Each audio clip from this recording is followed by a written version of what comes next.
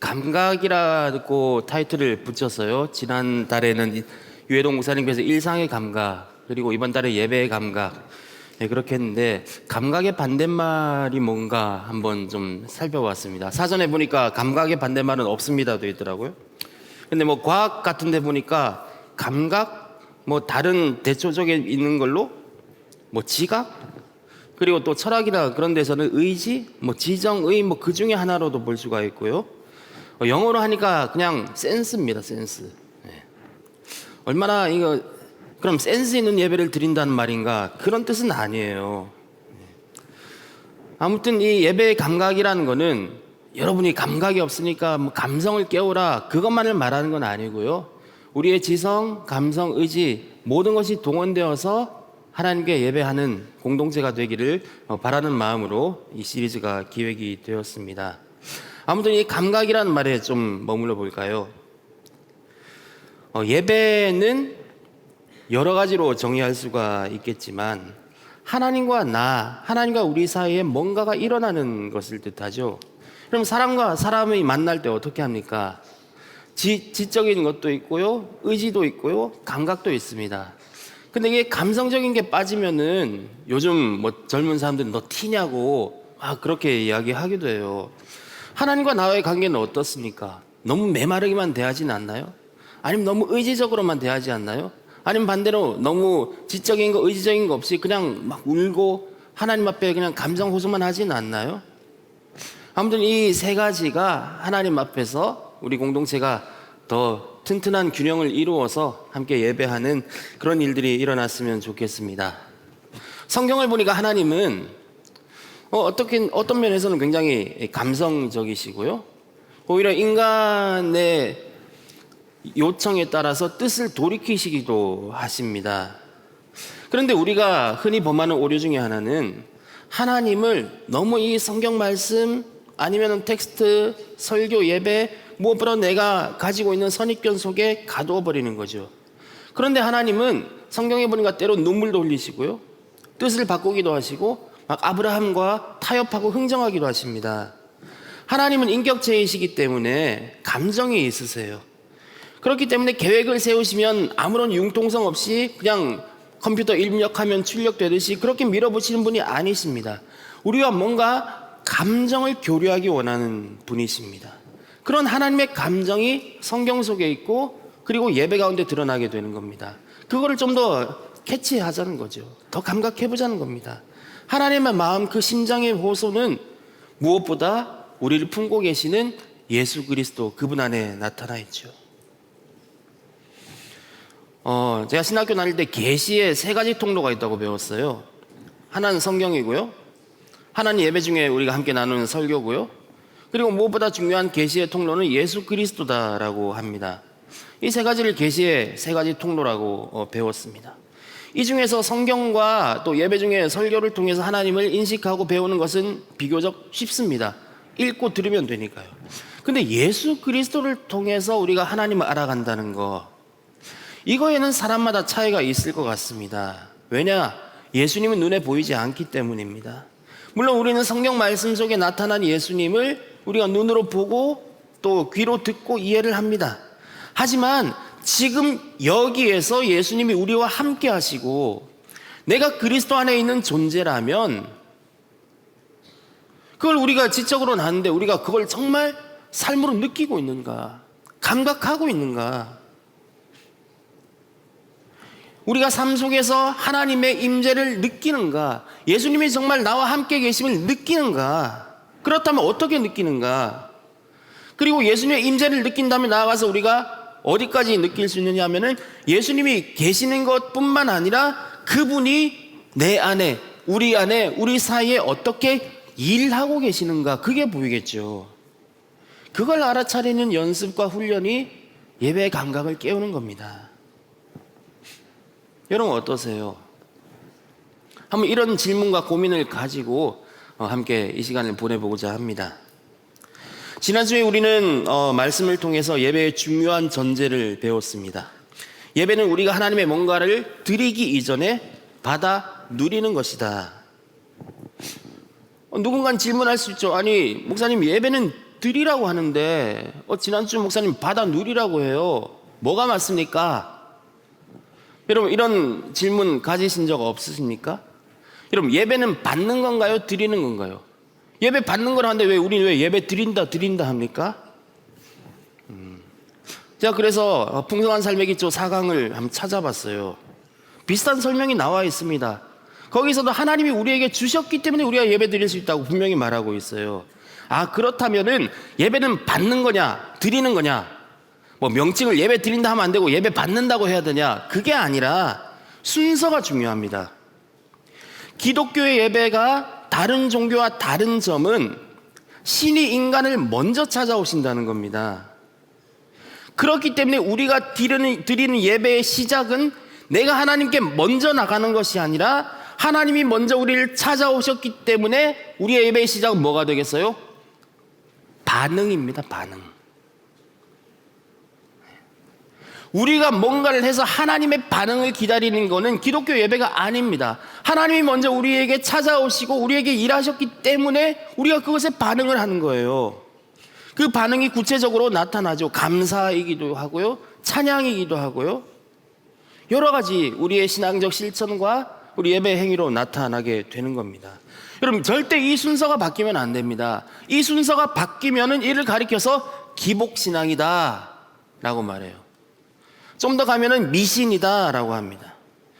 기복신앙은 뭡니까? 인간이 신을 찾고 희생의 제사를 드려가지고 신으로부터 여러 가지 재난으로부터 보호를 받고 미래를 점치고 복을 원하는 거, 이게 순서가 바뀌면 기복신앙이 되고요, 하나님이 먼저 우리에게 행하신 일에 대한 응답을 하게 되면 그것이 예배의 시작이 되는 겁니다. 그것을 감각하고 지난주의 표현으로 하면은 듣고 만지고 경험하고 맛보고 받아 누리라는 거예요. 그게 예배의 시작입니다. 순서를 바꾸지 마십시오. 그렇다면 오늘 이 시편 139편을 통해서 이 하나님이 우리와 함께 하신다는 것을 함께 좀 감각해보고 싶었습니다. 감각이라는 거를 설교로 말로 전하는 게 참 쉽지가 않아요. 감각이라는 건 설교 외에 비언어적인 뭔가로 좀 하면 좋겠는데, 그래서 언어적인 것보다 좀 비언어적인 것에 좀 계속 고민을 하게 되고요, 무엇을 전할까 보다는 이 본문 말씀 자체가 너무나 깊이 있기 때문에 무엇을 전할까 보다는 어떻게 전할까를 고민을 하게 되었습니다. 그래서 감각을 설교로 전하는 것에는 분명히 한계가 있기 때문에 오늘 말씀에 머물기도 하고 노래도 듣고, 제가 부른 건 아닙니다, 그림도 묵상하고 그런 시간을 함께 가졌으면 좋겠어요. 여러분 강의 안에 나눠드린 시편 139편 1절부터 18절까지는 아마 못 보신 새로운 번역일 겁니다. 작년 말에 대한성서공회에서 출간한 새한글 성경이라는 번역인데요, 이게 긴 문장을 짧게 끊어놓고 시편은 히브리어 어순에 따라서 좀 그렇게 번역을 하려고 애들 썼다 하더라고요. 그러니까 새로운 글이죠. 시편 139편 여러분이 잘 아는 내용일 수도 있겠지만 새로운 시편 하나를 읽는다고 생각하시고 한번 잠잠히 들어보시며 말씀에 머물기 바랍니다.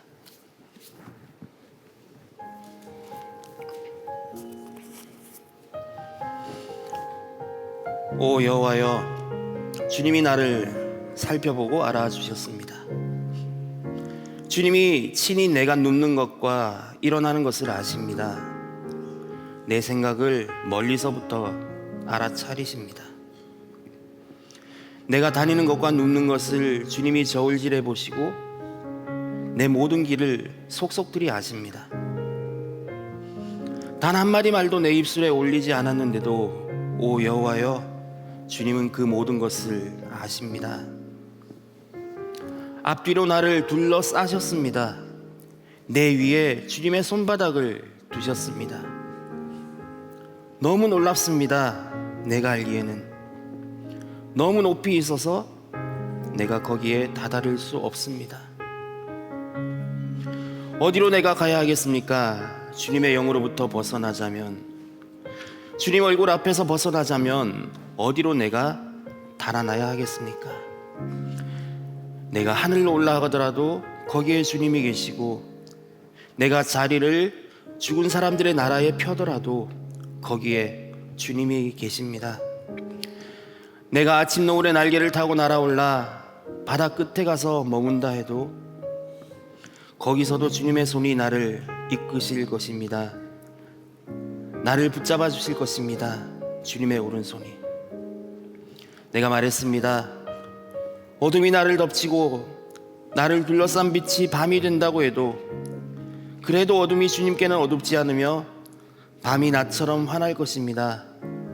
어둠이나 빛이나 마찬가지일 것입니다.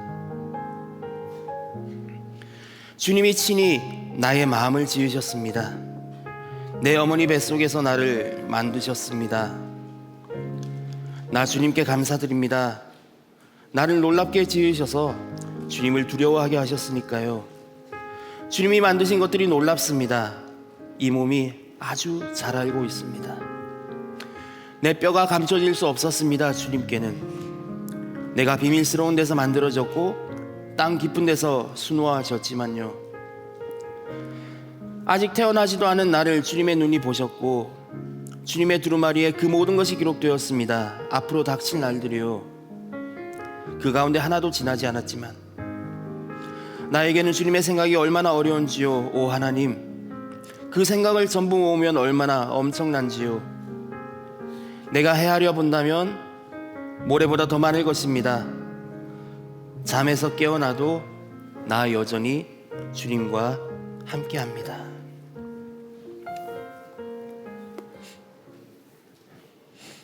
여러분, 이 시에서 하나님이 어디 계신다고 말씀하나요? 어린아이들에게 하나님이 어디 계시냐 물어보면은 하늘에 계시어요, 그렇게 말하기도 하죠. 좀 더 아이가 컸을 때 같은 질문을 하면은 좀 큰 아이들은 하나님 내 마음속에 계세요, 그럽니다. 그러면 여러분에게 묻습니다. 하나님 어디 계십니까? 현대인들은 그때그때 하나님이 계시길 원하는 곳이 달라지는 것 같아요. 내 힘으로 뭔가가 안 될 때는 막 저 높은 곳에서 기적적으로 나를 도와주시길 원하기도 하고요, 힘들 때는 내 곁에 계셔주시기도 하고, 가끔 나의 상태가 안 좋아질 때면 하나님이 내 곁에 오늘은 계시지 않았으면, 그렇게 눈 감고 나쁜 짓 할 때도 있습니다. 아무튼 우리는 이 시편의 고백처럼 하나님 어디든 계신다라는 고백을 할 줄 아는 나이가 되었습니다. 하나님은 어디든지 계신다. 오늘 이 본문에 보면은 하나님은 저 초월적인 저 하늘에도 계시고요, 또 우리 안에도 계시고, 그리고 이 둘을 합쳐서 어느 곳에나 하나님이 계신다. 어려운 말로 초월, 내재, 편재, 그렇게 말을 하죠. 이 성경에는 하나님이 이렇게 계신다는 초월과 내재와 편재의 고백이 적절하게 조화를 이루고 있습니다. 7절부터 10절에 보면은 이렇게 되어 있죠. 어디로 내가 가야 하겠습니까? 주님의 영으로부터 벗어나자면, 주님 얼굴 앞에서 벗어나자면 어디로 내가 달아나야 하겠습니까? 내가 하늘로 올라가도 주님 거기 계시고, 내가 저 밑 스월에 펴더라도 거기 주님 계시고, 내가 아침 노을의 날개를 타고 날아올라 바다 끝에 가서 머문다 해도 거기서도 주님의 손이 나를 이끄신다. 하나님의 손이 너무나 크다는 것을 시인은 노래하고 있죠. 저 하늘 위에도, 저 땅 지하 스올 죽은 자의 땅에도, 그리고 아침 노을의 날개를 타고 오라는 것은 동쪽 저 끝을 말하고요, 바다 끝은 이스라엘에서 서쪽 끝은 지중해입니다. 바다 끝이니까 서쪽 끝을 말하는 거예요. 거기도 하나님이 계신다. 동서남북 저 위 저 아래 어디든 하나님이 계신다. 내가 어디에서 무엇을 하든지 하나님이 계시고, 내가 아무리 하나님의 손을 떠나서 도망가려고 해도 하나님이 거기 계신다고 합니다. 이게 믿음 아닐까요? 우리는 하나님의 손 밖을 벗어났다고 가끔은 착각하기도 합니다. 그런 분들은 돌아오기를 청해야죠. 회개하라고 해야죠.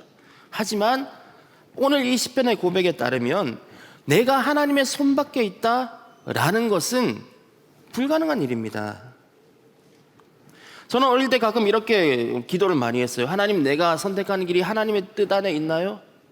하나님, 내가 어디로 가야 됩니까? 그렇게 고민하고 기도했어요.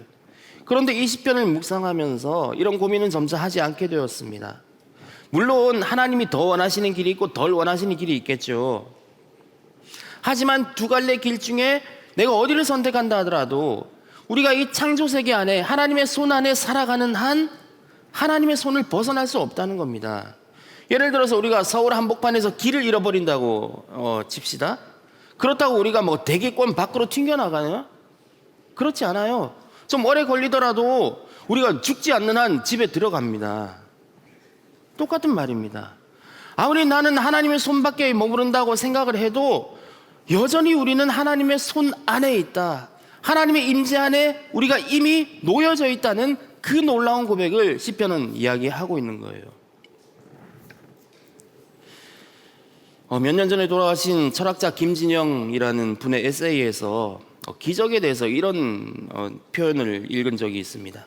기적이란 뭔가 약속과 실현의 동시성이다. 예수님이 일어나라 하면 다리 불편한 사람이 일어나고 눈 떠라 약속하면 시각장애인이 눈을 뜬다. 심지어 나사로야 일어나라 라고 말하면 죽은 자도 무덤 밖으로 나온다. 철학자가 기적을 좀 철학적으로 풀이한 내용이었습니다. 그러니까 이 철학적으로는 뭐냐면은 기대가 내가 원하는 것이 시간의 차이 없이 바로 눈앞의 현실로 벌어지는 게 기적이래요. 인간의 시간에는 시간차가 있죠. 제가 설에 저 거제도 부모님 댁에 갔다 왔는데 멀죠? 나 거제도 간다 했는데 그 말과 동시에 내가 거기 가 있으면 그게 기적이라는 겁니다. 시간적인 의미에서. 그렇게 어려운 말은 아니에요.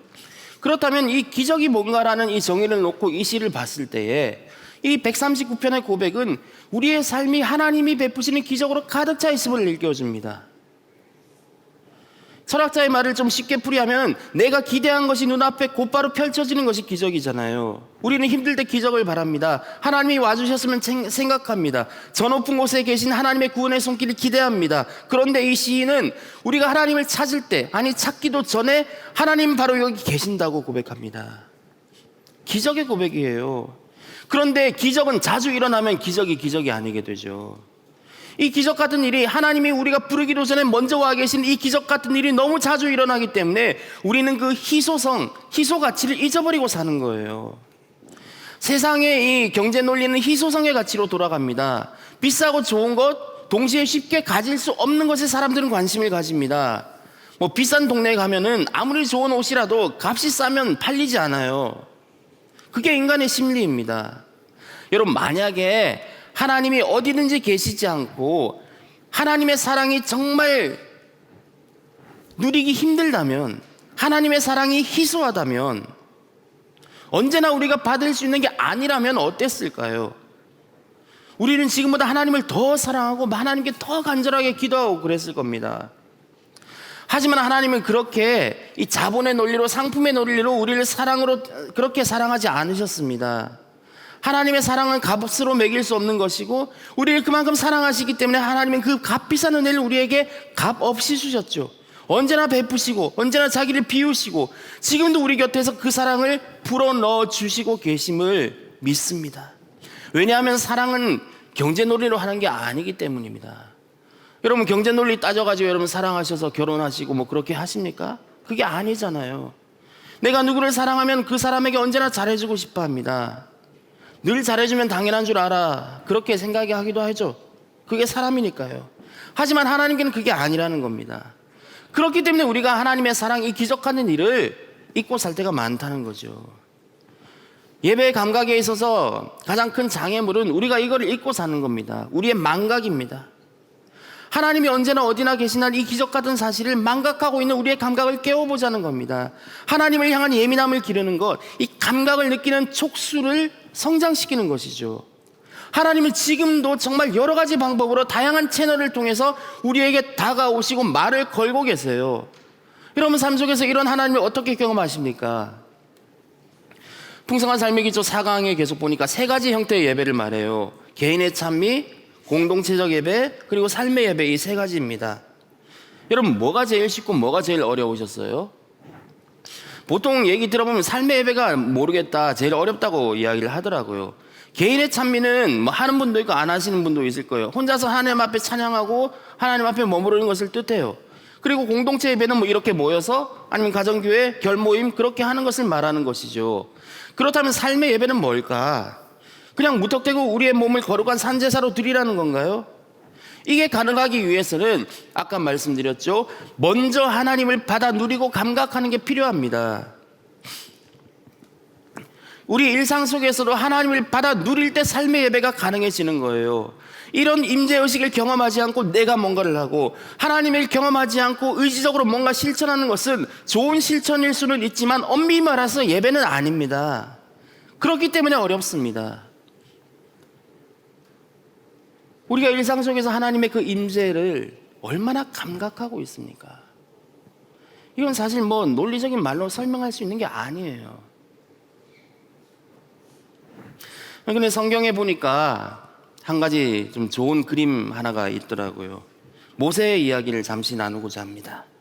모세가 하나님의 부르심을 받은 이야기이죠. 모세가 80살이 되던 해에 광야에서 양을 치다가 이런 일을 겪었습니다. 출애굽기 3장입니다.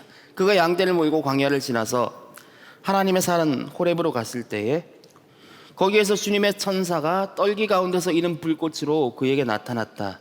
그가 보니 떨기에 불이 붙는데도 그 떨기가 타서 없어지지 않았다. 모세는 이 놀라운 광경을 좀 더 자세히 보고 어째서 그 떨기가 불에 타지 않는지를 알아보아야 하겠다고 생각하였다. 이 이야기는 모세가 하나님을 만나기 위해 산에 올라가서 막 내가 하나님 만나야지, 계시 받아야지, 그게 아닙니다. 평범한 양치는 일상 속에 어느 날 문득 저기 있는 떨기나무를 발견하게 되고요. 그럼 떨기나무도 뭐 멋진 특별한 나무가 아닙니다. 그냥 널린 게 떨기나무입니다. 그 지역에는 광야의 흔한 덤불이죠. 그리고 불이 붙는 것도 찾아보니까 건조한 날씨 때문에 떨기나무에 불이 붙는 건 자주 있는 일이라고 합니다. 그런데 모세는 이를 지나치지 않았습니다. 처음부터 모세가 하나님의 불길이다? 아니요. 불을 계속 보고 있으니까 불이 오래 타네? 그냥 햇빛 붙어가지고 바로 꺼지지 않는데 오래 타네? 계속해서 가까이 가니까 하나님을 경험한 거예요. 그렇게 모세는 하나님 만납니다. 이는 물론 모세의 고유의 하나님을 만난 이야기이죠. 여러분에게도 이런 이야기들이 있으면 좋겠습니다. 여러분 이런 이야기들 있지 않으세요? 하나님이 우리에게 찾아오시는 것을 감각했던 이런 특별한 경험들 말입니다. 그러기 위해서 어떻게 해야 될까요? 아까 읽은 출애굽기 본문에서 몇 가지를 생각해 볼 수가 있는 것 같아요. 첫 번째로 모세는 낯선 것을 지나치지 않았습니다. 낯선 것에 주목했어요. 떨기나무에 불이 붙는데 오래 타네. 지나치지 않았습니다. 낯선 그 광경이 자신을 유혹하는 것처럼 느끼고 그래서 계속해서 가까이 갑니다. 여러분 삶 속에서 낯선 일들이 일어나진 않았나요? 예상하지 않는 일들이 일어나진 않았나요? 내가 지금 아프면 안 되는 왜 갑자기 아프지? 예상하지 못한 낯선 일이 일어나진 않나요? 그 밖에 내가 생각하지 않았던 것들, 아니면 익숙하지 않은 풍경, 낯선 하늘을 보니까 낯선 구름, 좀 낯선 이 달빛과 뭐 그런 생김새들, 평소와 다른 나무의 모습, 그 밖에 참 많은 것이 낯설게 다가오지 않아요? 여러분 같은 출근길을 걷더라도 어제와 오늘은 분명 뭔가가 다를 겁니다.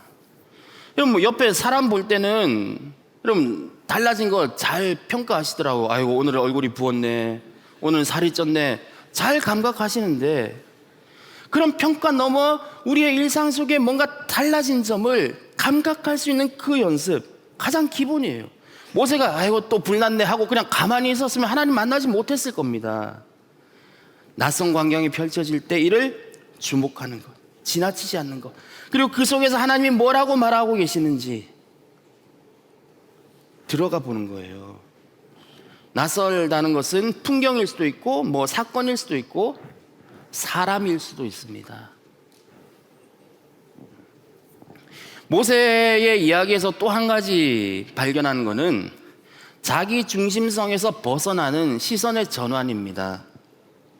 모세가 자신의 일에만 몰두하고 계속 양만 치고 뭐 그렇게 있었다면, 자기 내면으로만 함몰되었다면, 내가 과거에 이집트에서 잘 나갔는데 어쩌다가 내 팔자가 이렇게 됐을까 하면서 자기 내면에만 계속 함몰되었다면 그 산에 있는 떨기나무를 발견할 수 없었을 겁니다. 하나님의 임재를 감각하는 것은 내가 내 안으로만 시선을 두지 않고 나의 밖으로 시선을 돌려보겠다는 의지입니다. 그럼 저는 우리의 삶 속에도 나를 둘러싼 어떤 곳에 하나님의 불이 타고 있음을 믿습니다. 여러분의 떨기나무가 있어요. 그건 때론 드러나 있기도 하고 때로는 숨어 있기도 합니다. 이런 평범함 속의 차이, 그 틈을 뚫고 하나님 우리에게 뚫고 들어오시는 거예요. 광야에 있을 때 홀로 외롭게 일을 하는 중에 평소와 다른 삶의 풍경이 펼쳐지네, 내가 이해되지 않는 장면이 나타나네, 그 속에 하나님이 나타나셨습니다. 여러분, 내일 일주일 살면서 나의 예상과 다른 일이 벌어진다면 그 가운데 하나님의 불꽃이 숨어 있을 가능성이 높습니다. 일상의 낯설음을 피하지 마세요.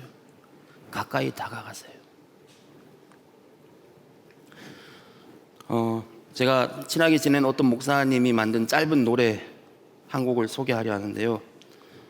찬양인데 가사가 이렇습니다. 가사를 띄워주시면은, 우리 영혼 곁에 작은 불꽃 하나 꺼지지 않으며 우리를 유혹하네. 이 무슨 말씀인지 이제 아시겠죠? 잠시 노래를 들어볼까요?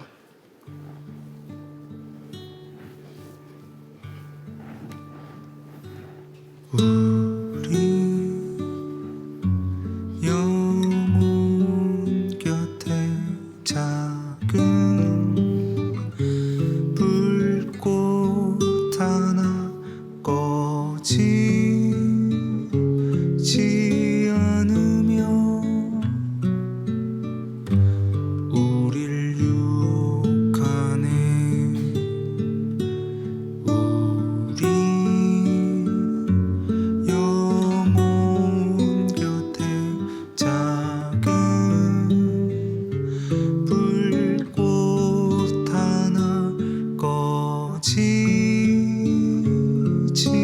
않으며 우릴 유혹하네.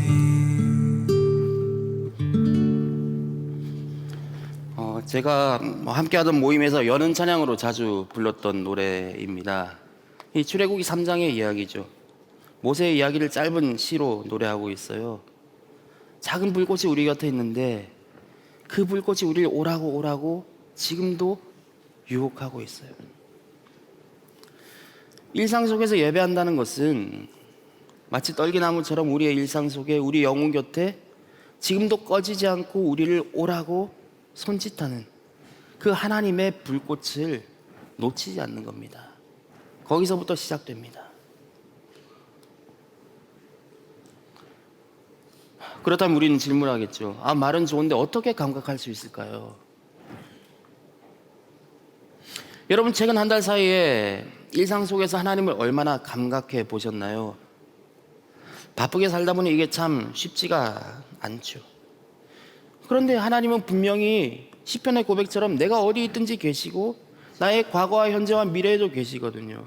그 하나님의 거대한 손으로 우리의 시간과 공간을 끌어안고 계시는데 우리가 이를 감각하지 못하고 있다면 어떻게 해야 할까요? 가장 우선되어야 할 것은 고독과 침묵입니다. 바쁜 삶 속에서 이게 쉽지 않은 것 압니다. 집에 돌아와서도 가족들과 자녀들과 함께 있다 보면 밥 먹고 TV 보고 씻고 애들이랑 놀아주고 자기 바쁩니다. 그런데 생각해보면 우리가 홀로 있을 수 있는 시간은 분명히 있습니다. 가족들에게 양해를 구하고 하루에 몇 분이라도 혼자 있는 시간을 요청해 보세요. 오늘은 내가 혼자 있고 내일은 아내가 혼자 있고 그 다음에 부모님이 혼자 있고 그렇게 혼자 있는 시간을 요청해 보세요. 정 안 되면 잠자는 시간을 조금이라도 줄여보세요. 아니면 집 밖으로 나가서 걸어보세요. 그것도 안 된다면 출퇴근 시간을 활용하십시오. 출퇴근 시간은 참 복잡하지만 가장 고독한 시간인 것 같아요. 여러분, 그때 뭐 하십니까? 지하철이나 버스 타면 사람들은 모두 핸드폰 들고 있잖아요. 저는 가끔 다른 사람들이 핸드폰에 뭐를 보는지 한번 봅니다. 뭐 거의 쇼츠 보거나 뭐 게임하거나 카톡하고 뭐 인스타그램 하고 그러더라고요. 뭐 그렇다고 저도 핸드폰 하니까 보고 있는 거겠죠. 근데 뭐 저는 그런 거 잘 게임을 할 줄 몰라가지고 그냥 뭐 이것저것 보기도 하고 뭐 뉴스 보고 그렇게 하는데, 그걸 하지 말라는 게 아닌데, 하지만 출근 시간이 뭐 30분 40분이라면 10분이라도 핸드폰 잠시 끄고 나를 오늘 하나님이 어떻게 부르실까, 그 하나님의 떨기나무를 상상해 보는 겁니다. 그렇게 하나님이 나와 함께 하심을 느끼게 되면은 그 다음 스텝으로 갈 수가 있어요. 자, 하나님의 임재를 느꼈다면 그 다음 우리가 감각할 수 있는 것은 뭐냐? 여기 계신 하나님이 어떻게 일하시는가. 하나님의 임재에서 하나님의 일하심을 감각하는 차원으로 넘어가게 됩니다. 우리 교회 목양팀에서는 지난 1월부터 풍산기 다시 놓기를 샬롬의 증인 공동체 버전으로 지금 시험 삼아서 한 10명 정도 모아놓고 진행을 하고 있습니다. 그러니까 풍산기를 한 번, 뭐 2번 이상 같이 했던 분하고 같이 나누는 건데, 이게 풍산기의 내용을 토대로 해가지고 일상 속에서 어떻게 이 샬롬을 누릴까, 하나님이 그러니까 일상 속에서 어떻게 일하시는지를 경험하고 감각하고 성찰하고 그렇게 하는 거예요. 저도 어떤 형제분과 같이 하고 있는데, 하나님의 일하심을 감각하는 훈련으로 여기서 중요한 거는 요절을 얼마나 외웠냐 뭐 그것보다는 매일 밤마다 말씀을 묵상하고 나서 하루를 돌아보면서 하나님과 대화하는 대화식 기도문을 쓰는 거예요. 이게 별것 아닌 것 같은데, 이게 쌓이고 매일 쌓이다 보니까 하나님의 임재와 하나님의 일하심을 감각하는 정말 유익한 수단이 됩니다. 그리고 이 감각이 조금씩 발달하는 것을 저도 경험을 하고 있습니다. 그리고 하나님이 일하시는 방법이 샬롬이죠. 그렇기 때문에 나도 일상 속에서 하나님은 어떻게 이 땅 가운데 평화를 이루시는가, 정의를 이루시는가, 그리고 내가 만나는 사람들 속에, 내 앞에 펼쳐진 풍경들 속에 어떻게 샬롬과 정의를 이루어 가시는가도 감각하게 되더라고요. 지난 목요일에 갑자기 눈이 많이 왔습니다. 평소 같았으면 또 눈 오네 하고 짜증냈을 텐데, 그 생각을 하다 보니까 제가 이렇게 하나님께 기도문을 썼었어요. 아버지, 오후에 갑자기 내린 눈을 보며 지겹다는 마음이 들었어요. 하지만 그 속에서도 하나님 나라가 이런 것이라는 예수님 말씀이 스치듯 지나가더라고요. 하나님의 일하심은 자라나는 씨앗처럼, 그리고 오늘 내리는 눈처럼 이렇게 온 창조 세계 가운데 스며들고 있네요. 그 누구도 막을 수 없네요. 여러분도 이렇게 이 정도는 고백할 수 있지 않을까요? 하나만 더 소개하고자 합니다. 저는 별일 없으면 저녁에 걸으면서 기도를 하는데요. 2년 전에 시편 139편 이 같은 본문을 묵상하고 산책하면서 그때는 깊이 하나님을 감각하고 적어놓은 글을 일부를 읽어드리고자 합니다. 하나님, 당신은 저에게 땅 같은 분이시군요.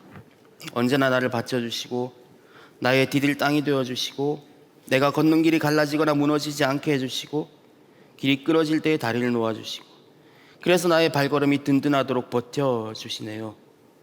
길을 걸으며 땅을 밟을 때 당신은 저에게 이렇게 말씀하십니다. 내가 곧 길이다. 그러니 나를 든든히 밟고 가라. 내가 땅을 밟으며 살아가는 동안 당신은 늘 저와 함께 하십니다.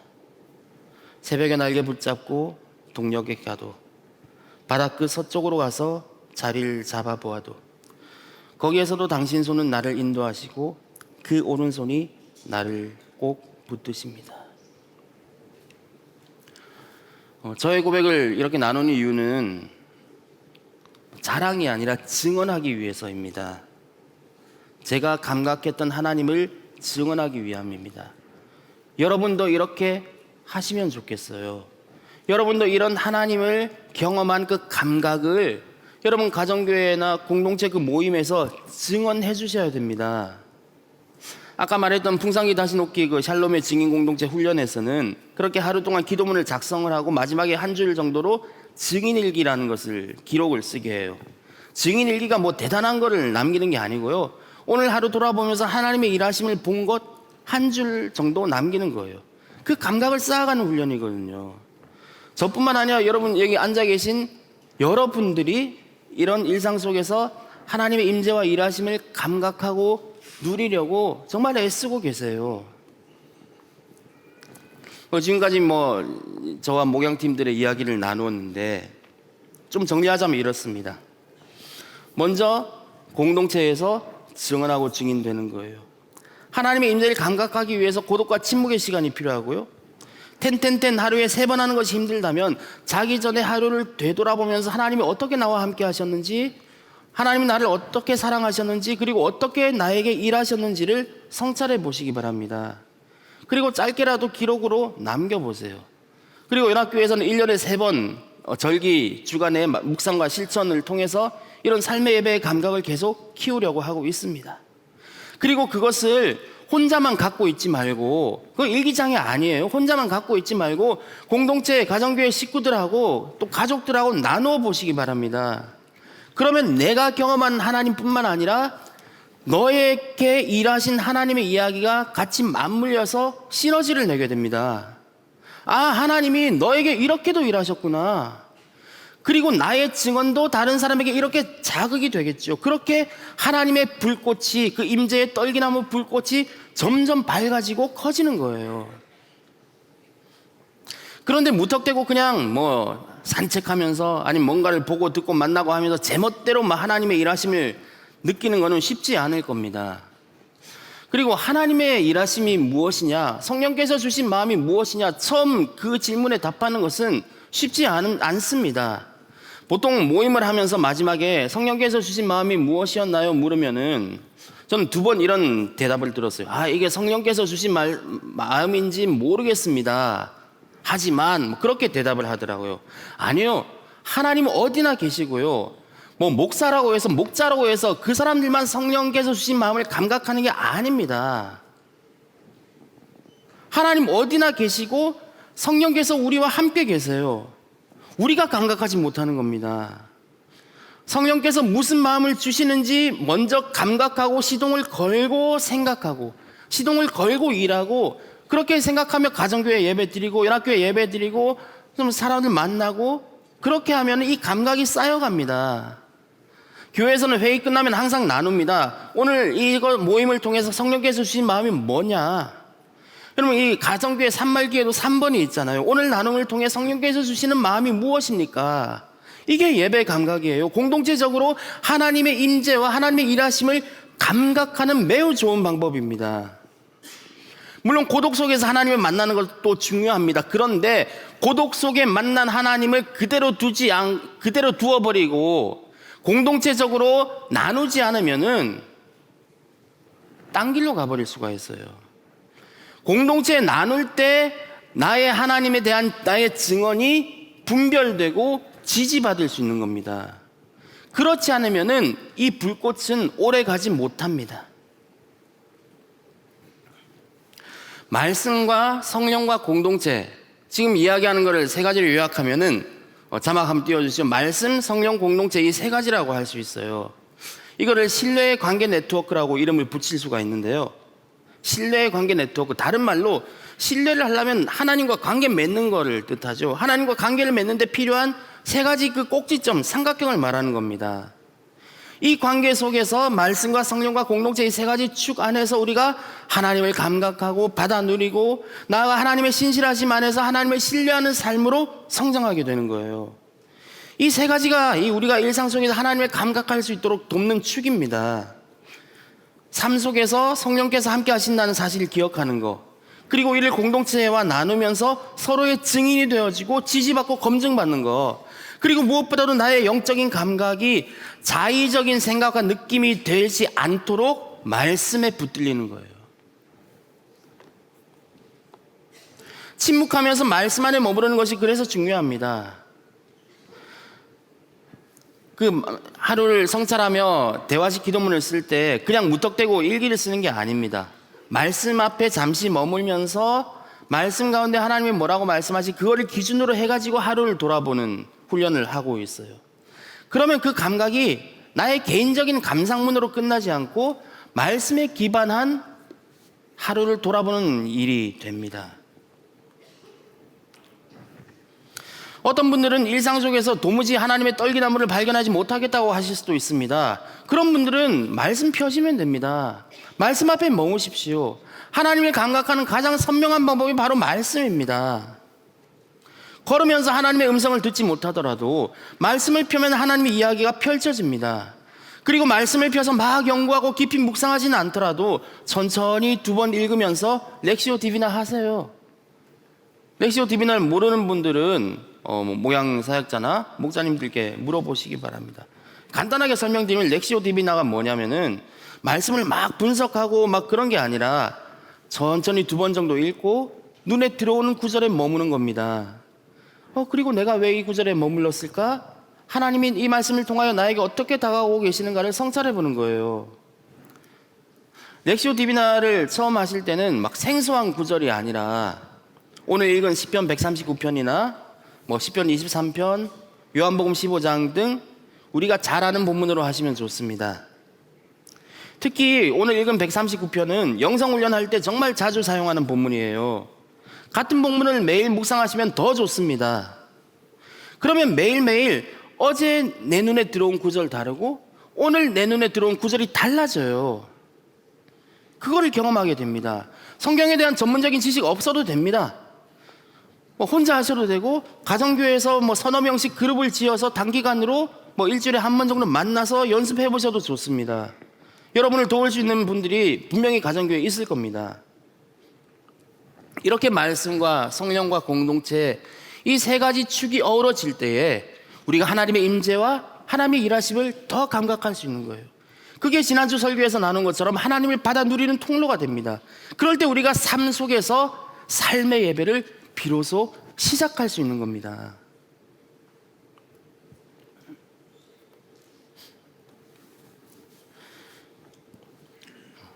다시 시편 말씀으로 돌아가 볼까요? 13절 14절 이렇게 되어 있어요. 주님이 친히 나의 마음을 지으셨습니다. 내 어머니 뱃속에서 나를 만드셨습니다. 나 주님께 감사드립니다. 나를 놀랍게 지으셔서 주님을 두려워하게 하셨으니까요. 주님이 만드신 것들이 놀랍습니다. 이 몸이 아주 잘 알고 있습니다. 시인은 모든 공간 속에 하나님이 계시고요. 이 본문에서는 나의 과거부터 미래까지 시간 속에도 하나님이 계심을 고백합니다. 그리고 마음뿐만 아니라 나의 육체 속에서도 영혼이 아니라 우리의 몸 안에서도 하나님이 일하고 계심을 고백하고 있어요. 정말 놀라운 고백이에요. 그렇기 때문에 우리는 하나님의 손 밖으로 빠져나갈 구멍이 없습니다. 이는 우리를 가두고 올가낸 말씀이 아니라 오히려 우리를 든든하게 세워주는 고백입니다. 이런 하나님의 임재를 느낄 때 비로소 하나님의 샬롬이 우리를 지켜주심을 알게 돼요. 그리고 이런 샬롬을 누리는 사람들은 깨어진 세상을 뒤로 하고 나 혼자 그냥 내적인 평안을 누리며 사는 게 아니라 깨어진 세상 한가운데에서도 하나님의 일하심을 경험하게 됩니다. 세상이 깨어졌잖아요. 그 틈이 하나님의 일하심이 뚫고 들어오는 틈이에요. 나 혼자 평안하니까 괜찮다가 아니고 하나님의 일하심을 감각하며 세상의 고통과 눈물 속에서도 하나님을 찾고 그 속에서도 하나님을 감각하고 예배하고 끌어안고 탄원하고 울고 기도하며 그 속에서 하나님의 일하심을 끝내 고백하면서 한 걸음 한 걸음 나아가게 됩니다. 여러분, 이렇게 하나님을 감각하는 삶이 기대되지 않으세요? 저도 연습하고 있어요. 여러분, 공동체가 있습니다. 같이 해보시죠. 그럴 때 우리의 삶이 예배가 된다니까요. 그림 하나 묵상하면서 말씀을 맺고자 합니다. 한번 보여주세요. 좋은 그림이 하나 있어요. 그거 말고요. 네, 이게 먼저 나와 있는데 풍산계에 나오는 그림이죠. 우리가 너무 잘 아는 그림입니다. 아까 실수로 나왔던 그림을 다시 보죠. 똑같은 그림이에요. 독일의 신부님이자 유명한 화가인 지곡 회더라는 분이 그린 사랑의 영이라는 작품이에요. 제가 정말 좋아하는 그림이고 한때 제가 기도할 때 맨날 이 그림을 모니터에 띄워놓고 도움을 참 많이 기도할 때 받았습니다. 이 우리말로 검색하면 잘 안 나올 수 있는데 강의 안에 보면은 그 원어로 제목을 쳐놨는데 그거로 구글에 검색하시면은 아마 좋은 게 나오더라고요. 한번 원하시는 분들은 검색해 보셔도 되겠습니다. 이 그림 앞에 잠시 머물면서 말씀을 정리하고 싶은데요.